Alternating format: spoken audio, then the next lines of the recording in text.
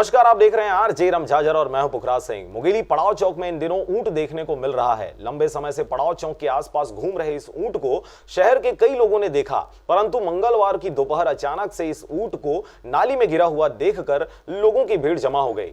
आपको बता दें कि हर साल गर्मी के मौसम में राजस्थानी इलाके से भारी मात्रा में ऊंट वाले छत्तीसगढ़ सहित मुंगेली जिले की ओर रुख करते हैं। यहाँ की भौगोलिक एटमॉस्फेयर की सुंदरता की वजह से लगातार दूर दराज से लोगों का यहाँ आना जाना होता रहता है। इसी कड़ी में इस वर्ष भी काफी संख्या में राजस्थानियों का यहाँ आगमन हुआ था।